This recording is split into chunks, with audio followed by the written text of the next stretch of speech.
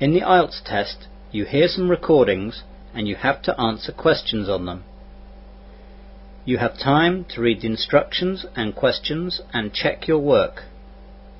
All recordings are played only once. Now turn to Section 1. Section 1. You will hear a conversation between an insurance broker and a client. First, you have some time to look at questions 1 to 5.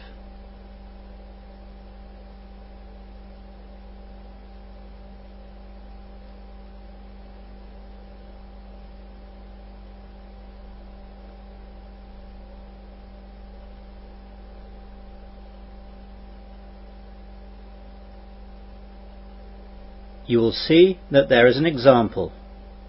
This time only, the conversation relating to this will be played first. Good morning, madam. Can I help you? Actually, yes. I've just got a new flat and I'm going to move my things in tomorrow, and I haven't got any insurance yet for my things. I'd like a quotation for my car insurance as well, to see if you can give me a better deal. It's coming up for renewal soon, you see. Fine. That shouldn't be a problem. Let's just take down some details. First of all, can I have your name, please? Of course. It's Mrs. Norma Willis. Good. That's Norman without an N, isn't it? Yes, that's right. So, Norma is the correct answer. Now we begin. You should answer the questions as you listen, as the recording is not played twice. Listen carefully to the conversation and answer questions 1 to 5. Good morning, madam. Can I help you? Actually, yes. I've just got a new flat and I'm going to move my things in tomorrow, and I haven't got any insurance yet for my things. I'd like a quotation for my car insurance as well, to see if you can give me a better deal. It's coming up for renewal soon, you see. Fine. That shouldn't be a problem. Let's just take down some details. First of all, can I have your name, please? Of course. It's Mrs. Norma Willis. Good. That's Norman without an N, isn't it? Yes, that's right. And can I have the address that you're moving to, please? It's Flat 8, Chepping Dean, 23 Dean Road, Westley. Can you spell Chepping Dean, please? Of course. Chepping is spelt Chepping, and Dean is spelt Dene.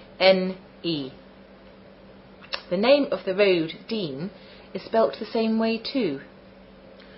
And what's the postcode there? It's WE3 9HT.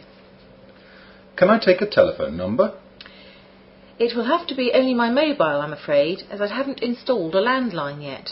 My mobile is 07525 745 642. Let's look at the car insurance first, quickly. I need the model, age, and engine size. It's a 4-year-old Toyota MR2 sports car. It has a 2-litre engine. Will it be parked in a garage, in a drive, or in the road? At my present address, it's in the drive, but the flat that I'm moving into tomorrow has a garage provided, and tenants are not allowed to leave their cars in the visitor spaces, so it'll be garaged all the time. 2 more questions. The first is, do you have any no claims bonus?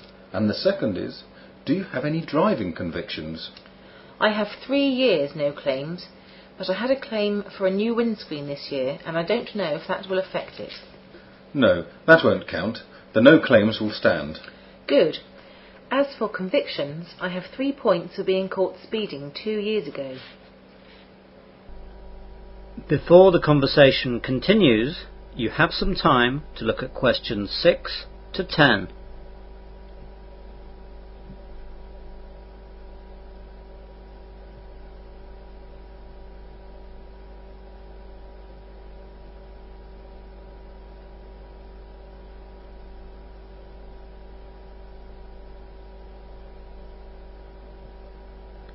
Now listen carefully and answer questions 6 to 10.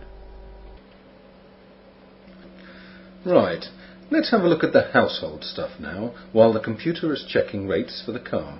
So, what kind of flat is it? It's a 2-bedroom flat. Have you bought the flat, or are you renting? I'm just renting it. So, you just need some household insurance for your possessions. That's right.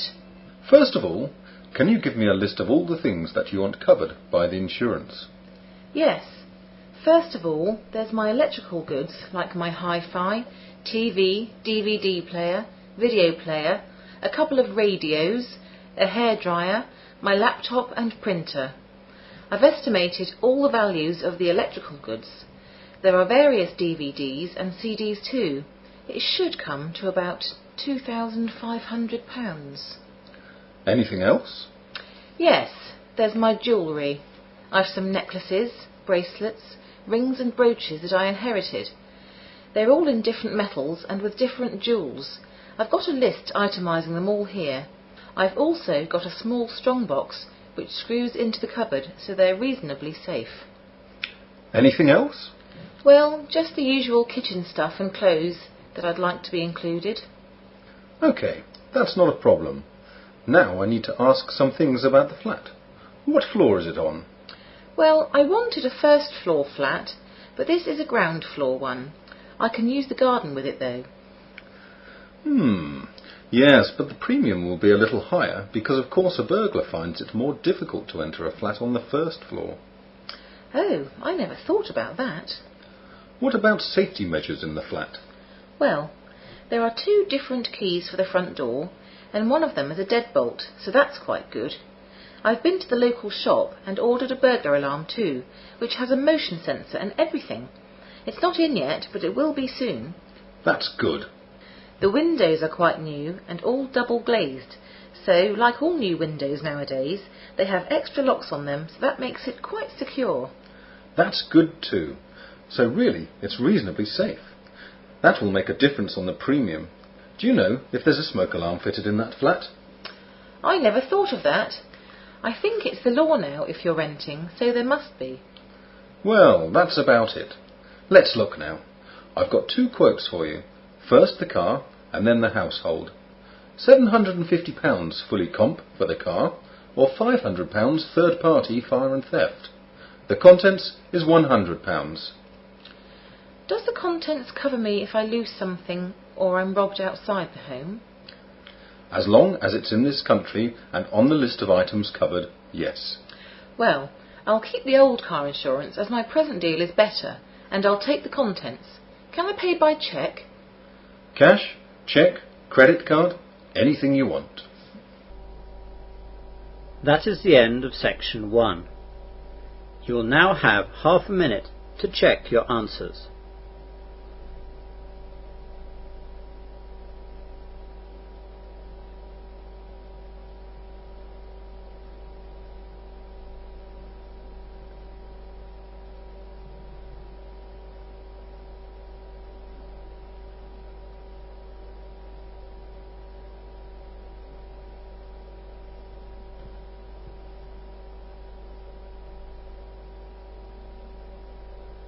Now turn to section 2.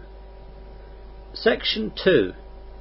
You will hear a residence manager giving a short question and answer session to new residents. First you have some time to look at questions 11 to 15.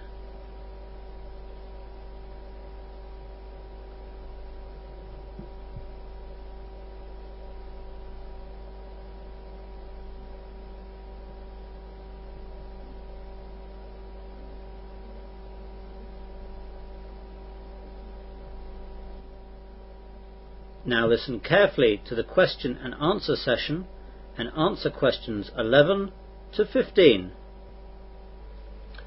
Good evening, everyone. My name is Simon and I am the manager of this residence. Most of you here today are new in the town of Westley. Some of you are students at the uni, some have new jobs and some have other reasons to be with us. When we have lots of new people staying with us, I do one of these little question and answer sessions so that I can help you settle in. So, let's get started straight away. Yes, over there. Hi, I'm Margaret. I'm a student here. I was wondering where I can do my laundry. It won't be long before this is an urgent thing for me. Here in the residence we are planning a little laundrette beside reception, but this might take a little time to organise. In the meantime, there's a little laundrette down the road. It's in Queen's Avenue, the same street that the residence is in. You go about 500 metres up the road in the opposite direction to the town centre, and it's on the right. They have plenty of machines and dryers, and there's a lady there called Betty who does service washes. You just need to drop it off and it will be laundered, dried and ironed the next day. It's a bit more expensive of course, but good if you're lazy. Another question? Hi, my name's Jo.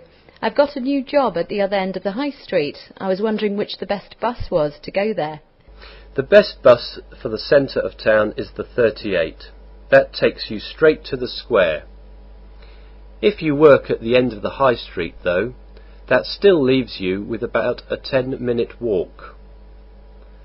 The 39 goes to the train station, which is very near the end of the high street. So that's your best bet probably. The 39 is good for coming home late at night as well, because the station buses go on later than the other buses.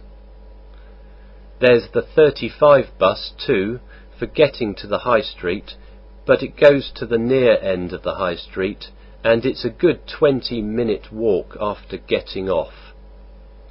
Anyone else? You there? I'm a student too. I'm new in the area and I have to register for my council tax. Do you know where I have to go to register?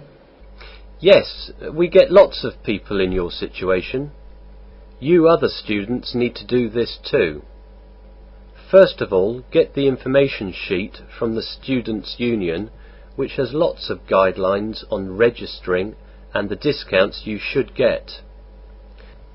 The Students' Union is in Newbolt Street. I'm sure you know that.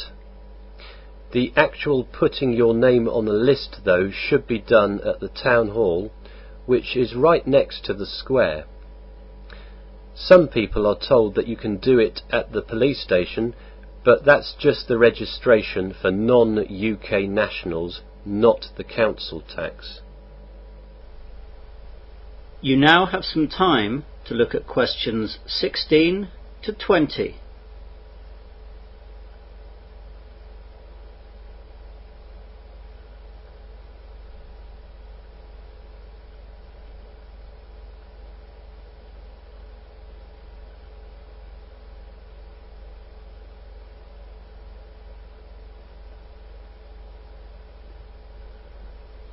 Now listen to the rest of the short question and answer session and answer questions 16 to 20.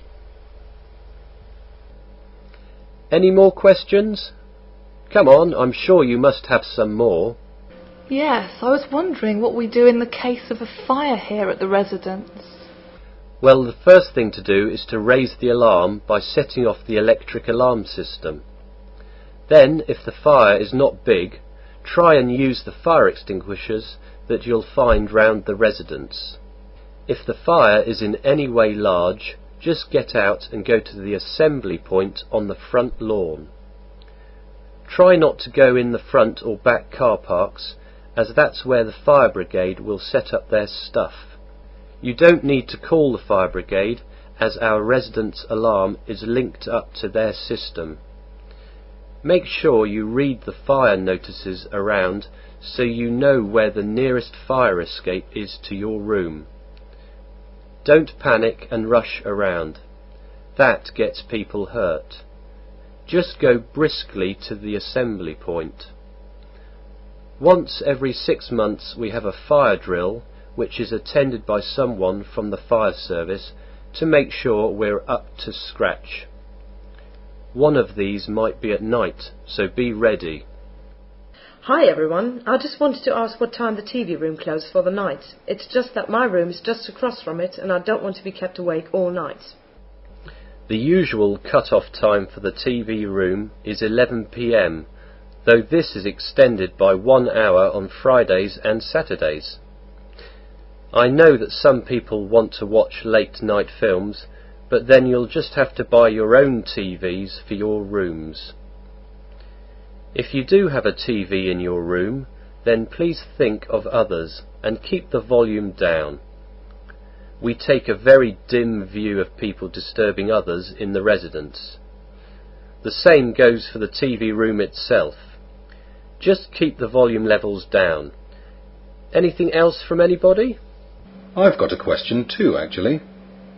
I've got a job that will get me back late in the evening, and I won't always be able to eat. Are there any good places nearby that deliver food? The quick answer is yes, there are lots of places. There is an Indian nearby.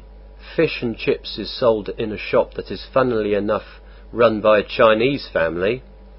There is a good Thai restaurant, a Mexican and an Italian pizzeria. They all deliver apart from the Mexican, but that's only 5 minutes walk away. All the telephone numbers are up on the residence notice board. The first time you order from each of them, just ask them to stick a menu into the bag and you'll build up a library in no time. Now, let me tell you about... That is the end of section 2. You will now have half a minute to check your answers.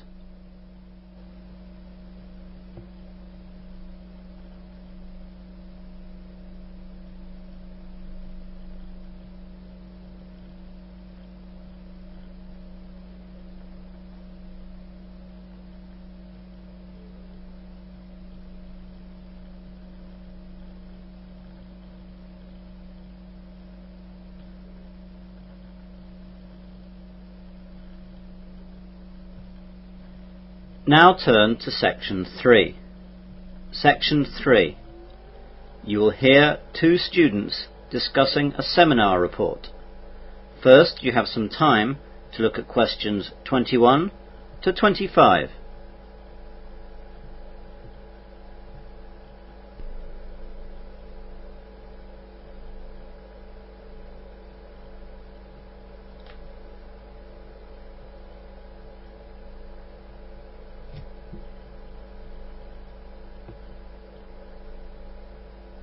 Now listen carefully to the discussion and answer questions 21 to 25. Hi Adrian, what are you reading? Oh, hi Nick. It's just an article on Australian immigration. I'm doing a report on it next week in a seminar for Dr. Ronaldson. On immigration? That sounds exciting stuff. Yes, it's not really very exciting, but there are some interesting bits. Such as? Well, for example, did you know that immigration to Australia first started over 50,000 years ago, when the ancestors of Australian Aborigines arrived via Indonesia and New Guinea? I can't say I did know that the Aborigines arrived in that way. Exactly. It's not as boring as you might think. Well, do you want to run through some of your ideas? I'm not doing anything right now. That would be great, thanks. Fire away then. OK. Well, after the Aborigines, there was obviously a big gap until the next settlers arrived from London. Europeans began landing in the 1600s and 1700s, and the country was colonised by Britain in 1788. Weren't the first colonists just criminals transported by Britain? Britain certainly used the colony as a place to send their undesirables. The first colony was formally proclaimed as New South Wales on February the 7th, and this European settlement certainly did begin with a troop of petty criminals, second-rate soldiers, and a crew of sailors. When did other people start arriving? Immigration really sped up after the discovery of gold in Australia. The gold rush era, beginning in 1851, led to an enormous expansion in population, all through the reign of Queen Victoria. And did that continue strongly? Not really. After the excitement of the gold rush died down, immigration slowed down considerably. The popularity of Australia as a place to go and live only really shot up after the Second World War. Didn't that cause problems as well? Yes, for a country that is well known today for its multicultural diversity and tolerance, Australia has had a checkered past. After the federation of all the Australian states, the White Australia policy was created to counteract flows of non-whites to Australia, and this policy became even more popular after the population push following the war. How did the policy come about? The origin of the policy can be traced back to the 1850s, when large numbers of Chinese immigrated to Australia to look for gold or to set up businesses such as restaurants. The Anglo-Australian population resented the Chinese, who were undercutting white labour prices. In response, the newly self-governing colonies introduced restrictions on Chinese immigration. By 1888, Chinese were excluded from all the Australian colonies, although those Chinese who were already in Australia were not deported. And how long did it go on for? The effective end of the White Australia policy is usually dated to 1973, when the Whitlam Labour government implemented a series of amendments preventing the enforcement of racial aspects of the immigration law. It had been fading for some years, though. Under the 1950 Colombo Plan, students from Asian countries were admitted to study at Australian universities. This trend continued when in 1957 non-whites with 15 years residence in Australia were allowed to become citizens. You now have some time to look at questions 26 to 30.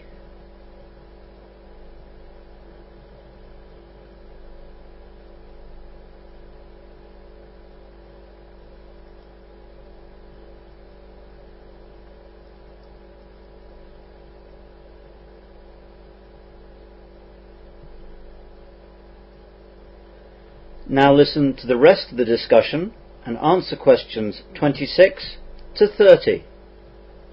What's immigration like today?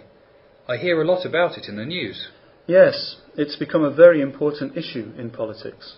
There are currently 2 immigration programs that allow permanent migration to Australia. They are the Migration Program and the Humanitarian Program. What's the difference? To be accepted into Australia under the Migration Program, a person must be a skilled migrant or sponsored by a family member that already lives in Australia. The Department of Immigration says that the Migration Program for 2004-2005 has 120,000 places available for migrants, with a strong focus on attracting skilled people and people who agree to live in regional areas of Australia. What about the other program? What's it called again? The Humanitarian Program. It's designed for refugees and others in special humanitarian need. One component of the Humanitarian Program is the Offshore Resettlement Program, which assists people in humanitarian need overseas, for whom resettlement in another country is the only option. The other component is for those people already in Australia who arrived on temporary visas or in an unauthorised manner, and who claim Australia's protection. The Department of Immigration says that the size of the 2004 and 2005 humanitarian program is 13,000 places. What about illegal immigration? Do you know anything about that too? Just a bit. That's what I'm working on now. Illegal migrants under Australia's immigration laws are those who enter Australia without authority, overstay visas, work without appropriate approval, or have their visas cancelled.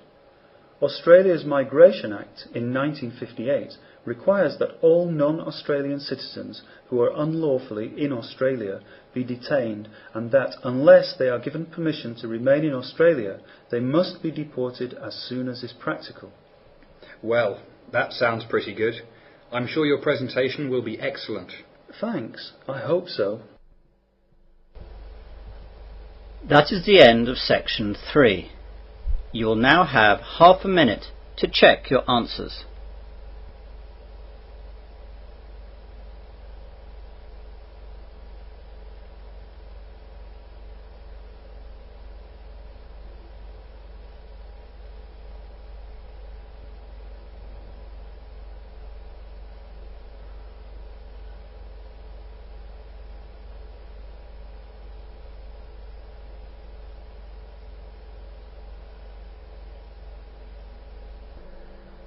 Now turn to Section 4. Section 4. You will hear part of an Earth Sciences lecture. First, you have some time to look at questions 31 to 36.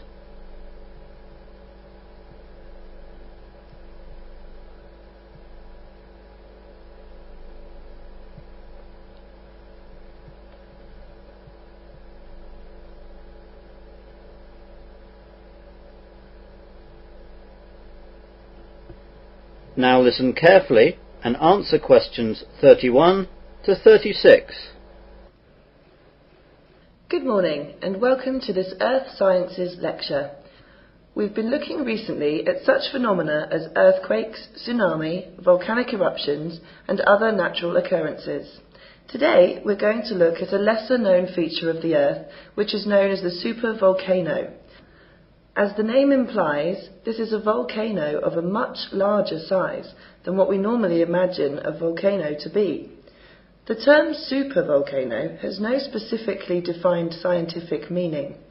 It is used to refer to volcanoes that have generated Earth's largest volcanic eruptions. As such, a supervolcano would be one that has produced an exceedingly large, catastrophic, explosive eruption and a giant caldera. A caldera being the gigantic crater that the eruption creates.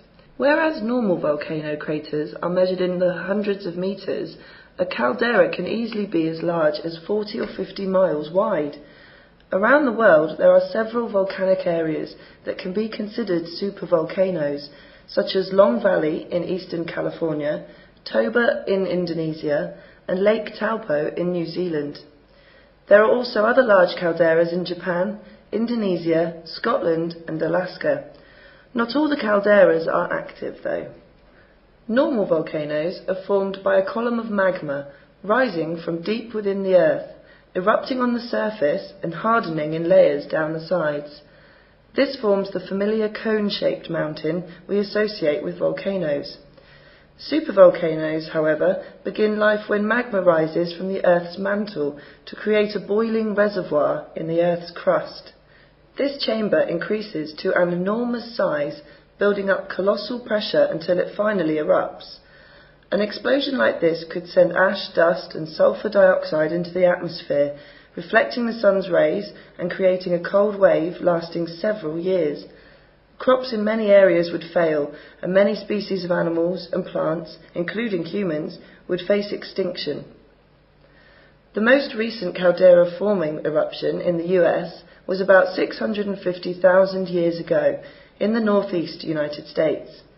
During that eruption, ground-hugging flows of hot volcanic ash, pumice and gases swept across an area of more than 3,000 square miles.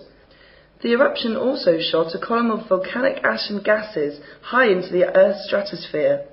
This volcanic cloud circled the globe many times and affected the Earth's climate by reducing the intensity of solar radiation reaching the lower atmosphere and surface. Fine volcanic ash that fell downwind from the eruption site blanketed much of North America. This ash layer is still preserved in deposits as far away as Iowa, where it is a few inches thick, and the Gulf of Mexico, where it is recognizable in drill cores from the sea floor. You now have some time to look at questions 37 to 40.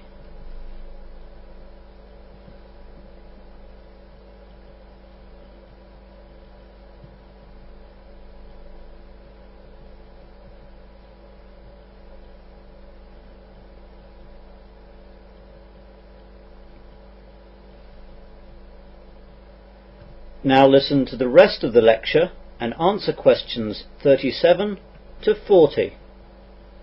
It is little known that lying underneath one of the United States' largest and most picturesque national parks, Yellowstone Park, is one of the largest supervolcanoes in the world. Volcanic activity began in the Yellowstone National Park region about 2 million years ago. Magma rising from deep within the Earth has produced 3 cataclysmic eruptions, more powerful than any in the world's recorded history. The first caldera-forming eruption occurred about 2.1 million years ago. The eruptive blast removed so much magma from its subsurface storage reservoir that the ground above it collapsed into the magma chamber and left a caldera larger than the state of Rhode Island. The huge caldera measured as much as 50 miles long, 40 miles wide, and hundreds of meters deep, extending from outside Yellowstone National Park into the central area of the park. Scientists have revealed that Yellowstone Park has been on a regular eruption cycle of 600,000 years. The last eruption was 640,000 years ago, so the next is overdue.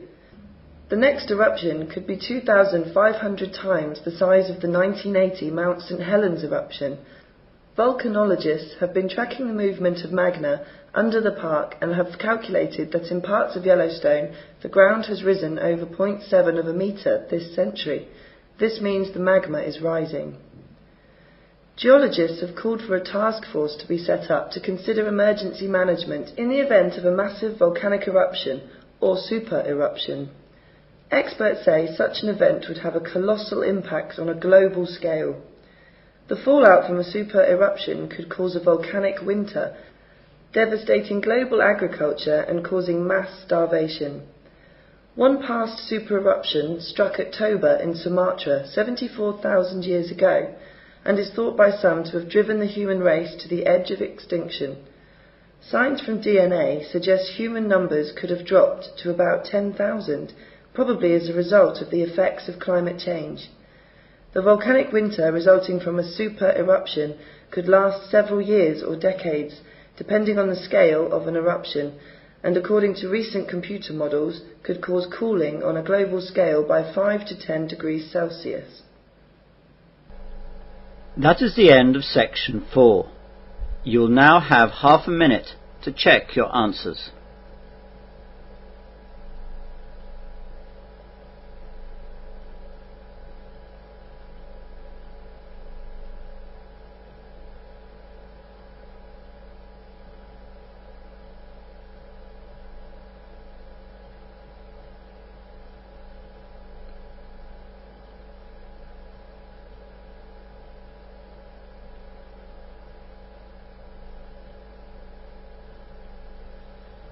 That is the end of listening test 10.